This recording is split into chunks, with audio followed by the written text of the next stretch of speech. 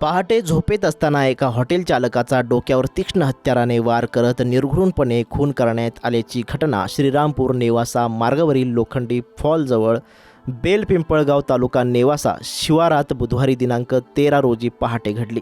सकाळी 7:30 वाजता ही घटना उघडकीस आली।